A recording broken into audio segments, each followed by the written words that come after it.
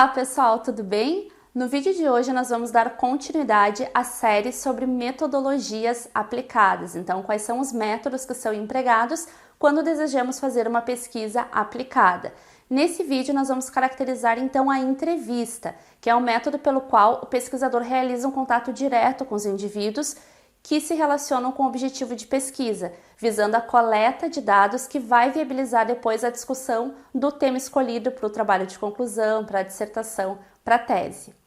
Para tanto, um primeiro passo a ser realizado é a construção de um itinerário, de um roteiro, com perguntas, com tópicos a serem abordados pelo pesquisador ao ter contato então com a população-alvo. Para tanto, existem três possibilidades de construção desse roteiro: a entrevista aberta, a entrevista fechada, questionário fechado, e a entrevista semi-estruturada, que é o meio termo entre os dois outros tipos. Vamos a eles? No primeiro caso, então, nós temos a entrevista aberta. Na entrevista aberta, nós temos perguntas que podem ser respondidas de forma dissertativa, em que o entrevistado, então, expõe a sua opinião, expõe as suas impressões a respeito de um determinado tema.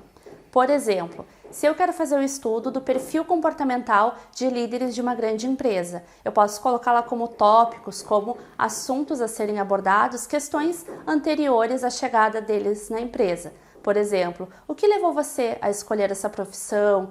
Me fale um pouco da sua vida pessoal. Então vejam que esse tipo de pergunta, ela não vai direcionar uma resposta que vai ser comum a vários indivíduos, mas ao contrário, ela vai direcionar uma resposta bem pessoal. Dificilmente o mesmo sujeito vai conseguir responder exatamente do mesmo jeito quando nós estamos falando de uma entrevista aberta.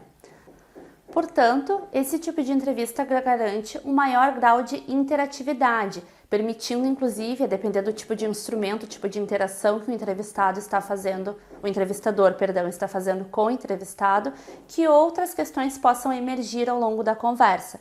Por exemplo, se o entrevistado traz algum ponto que o pesquisador considera relevante, considera singular, ele pode fazer uma pausa e pedir para que o entrevistado responda ou disserte um pouco mais. Esse ponto é interessante, você poderia falar mais a respeito dele? Como foi isso para você? Como você se sentiu? Então vejam que a entrevista aberta permite essa maior liberdade do entrevistador, certo? O segundo tipo de intervenção diz respeito ao questionário, aos questionários fechados, modelo survey.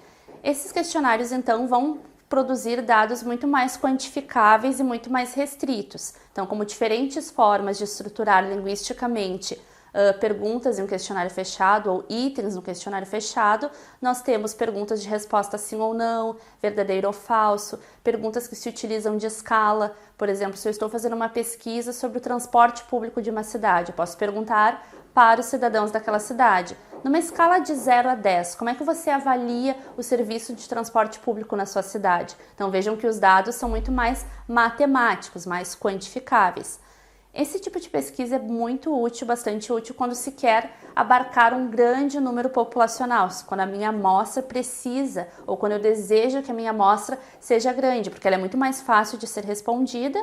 E se nós formos pensar hoje com a quantidade de softwares, de sites como o Google Forms e tantos outros, é muito fácil de o pesquisador coletar esses dados e argumentar em cima deles. Ele requer não tanto uma análise dos dados propriamente, porque são dados matemáticos, mas sim uma argumentação aí sim um pouco mais elaborada, ao contrário da entrevista aberta, em que a quantidade de dados de cada indivíduo acaba sendo maior, porque tem frases inteiras, parágrafos inteiros para serem analisados. Então vejam que elas se destinam a objetivos diferentes. Quando eu quero algo bem focal, algo bem personalizado, eu posso optar por uma entrevista aberta, e quando eu quero um dado numérico mais quantificável, estatístico, eu opto por um questionário fechado, em que eu vou analisar a quantidade de um determinado fator que eu estou aferindo.